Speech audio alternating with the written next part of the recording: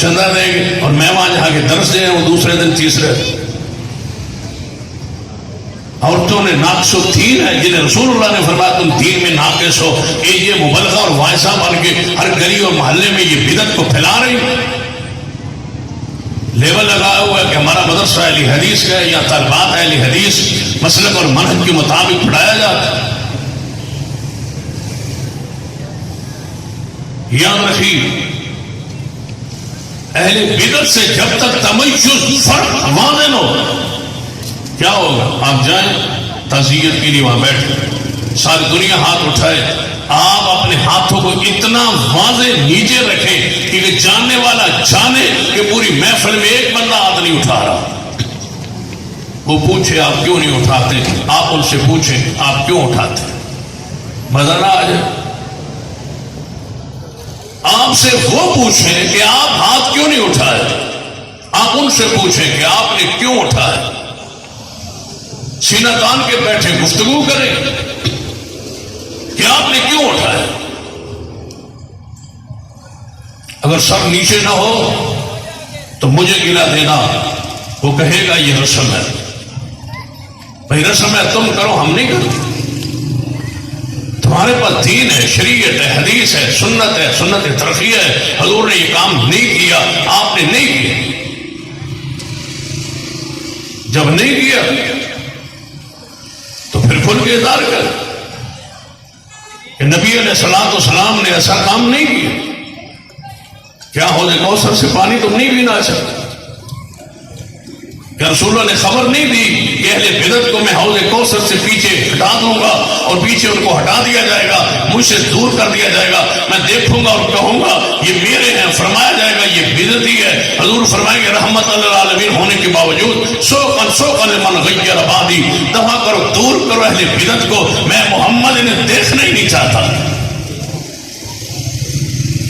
تم کثرت کو دیکھتے ہو تعداد کو دیکھتے ہو.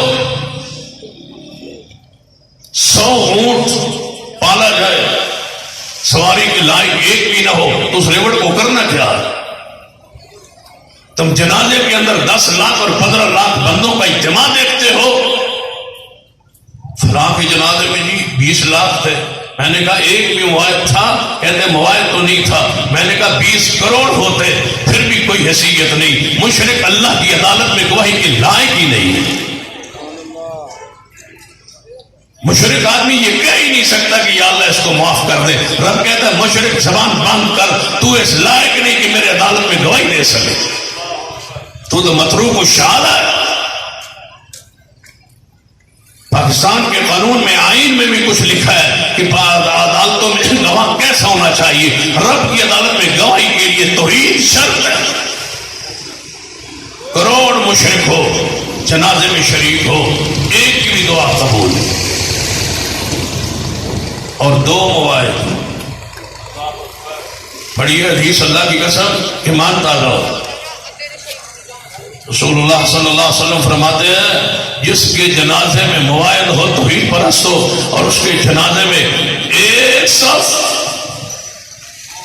حضور نے ایک صف بیان کیا اور ایک صف کا لفظ کم از کم 2 بندوں پہ بولا جاتا ہے. حضور کے ارادہ بات بھی یہی ہے کہ جس کے جنازے میں 2 توحید پرست آ جائے اللہ میت کے سارے گناہوں کو معاف کر دیتا ہے.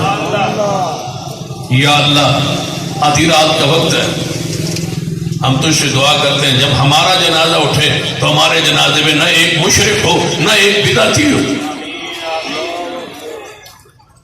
ایک ہو 2 موبائل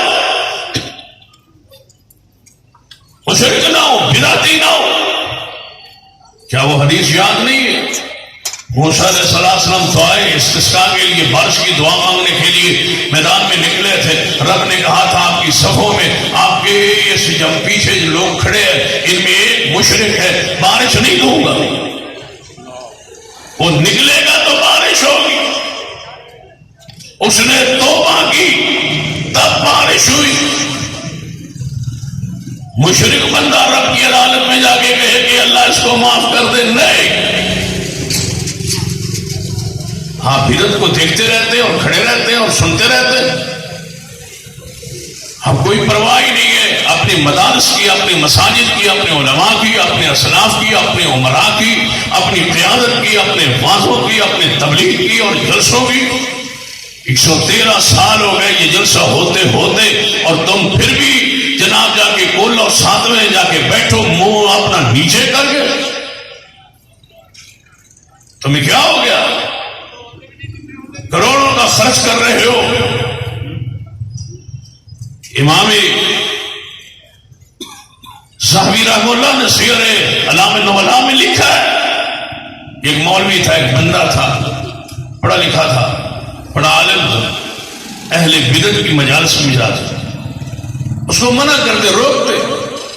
وہ کہتا میں صرف سننے کے لیے جاتا ہوں، میں صرف ان کے عقائد سے آگاہی کے لیے جاتا ہوں. امام صاحب لکھتے ہیں ہم اس کو سمجھاتے رہے، وہ نہ رکا، آخر ملحد اور زندیق ہو کے مرا. یہ معمولی جرم ہے. کانفرنس کا نام میلاد مصطفیٰ ہے، جانے والے سارے مسالے کے لوگ کہتے ہیں اس نام میں حرج کوئی نہیں. میں نے کہا کوئی حرج نہیں، حضور کی ولادت تو ہوئی ہے، کلمۃ الحق یرید بحل بات ہے. وہ اپنے مذموم مقاصد کے لیے یہ نام استعمال کر رہا ہے، اور تم اس محفل و مجلس میں بیٹھے اپنے آپ کو اہل حدیث کے لیے تمیز. پروفیسر عبداللہ بہاول پوری رحمۃ اللہ علیہ ایک مولوی آیا، کہتا جی میں اہل حدیث ہو گیا. اور میں اچھا ٹھیک ہے. پھر کہنے لگا میں مسجد سمیت ہونا چاہتا ہوں، جماعت سمیت، لیکن میری جماعت ابھی تک مطمئن نہیں ہے، میں اس طرح سے ان کو خیال کر رہا ہوں. اور میں ٹھیک، لیکن ایک مشورہ لینا چاہتا ہوں آپ سے، رائے لینا چاہتا ہوں، یاد لینا چاہتا ہوں. میں کچھ عرصہ اگر اہل حدیث ہونے کا اعلان نہ کروں، ان کو سمجھاتا رہوں جب وہ بھی قائل ہو جائیں گے پھر ہم اعلان کریں. فرمایا کتنا عرصہ لگ جائے گا؟ میں نے کوئی 1 سال کو لگ جائے گا. فرمایا ٹھیک ہے 1 سال تم جیو گے نا؟ کہنا جی کوئی پتہ نہیں، کم مر جاؤ. فرمایا پھر دوسروں کو دیندار کرنے کے لیے خود بے دین رہنا چاہتے ہو؟ دوسروں کو قائل کرنے کے لیے جو عام مجلس ہوگی، وہاں گفتگو ہوگی، ہم دوسروں کو مسلمان بنا لیں گے، دوسروں کو موحد بنا لیں گے، دوسروں کو متبع سنت بنا لیں گے، اس لیے لالچ میں جا رہے ہو. تم لالچ پیسے کا ہے.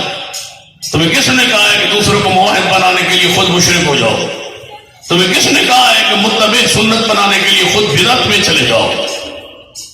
کوئی قیامت والا رب نہیں پوچھے گا تمہاری دعوت پر اتنے اہل حدیث ہے سنت اور اتنے صحیح اعمال والے کیوں نہ بنے. رب یہ پوچھے گا تو نے صحیح بات بتلائی ہے یا نہیں. بس کچھ انبیاء آئیں گے جن کے ساتھ ایک امتی بھی نہیں ہوگی. لست علیہم بمسیطر وما علینا الا البلاغ. ہم پہ پہنچانا ہے، منوانا نہیں ہے. کہاں یاد ہے شیخ الاسلام مولانا ثناء اللہ مرسلی رحمۃ فرمایا کرتے تھے ایک جگہ تقریر پہ گئے تو ایک وہاں خطیب وہاں ملا، کہنے لگا حضرت جی میرے پیچھے سارے نماز پڑھ رہے جمعہ بڑا رش ہوتا ہے، لاری جیٹی مسجد ہے تو کچا کچ بھری ہوتی، سمجھتے ہو؟ لاری بڑا رش ہوتا ہے، ہر مسئلہ کے لوگ میرے پیچھے جمعہ پڑھتے ہیں، کبھی کسی کو کوئی اعتراض ہی نہیں ہوا. شیخ الاسلام سے فرمانے کبھی پتھر بھی لگے، کہنے کا پتھر تو نہیں لگے. فرمایا پھر توحید تو نے بیان ہی نہیں. وَإِنَّكَ لَعَلَىٰ خُلُقٍ عَظِيمٍ جو ہے ان کو پتھر لگے اور تو ان سے بھی زیادہ اخلاق والا ہے.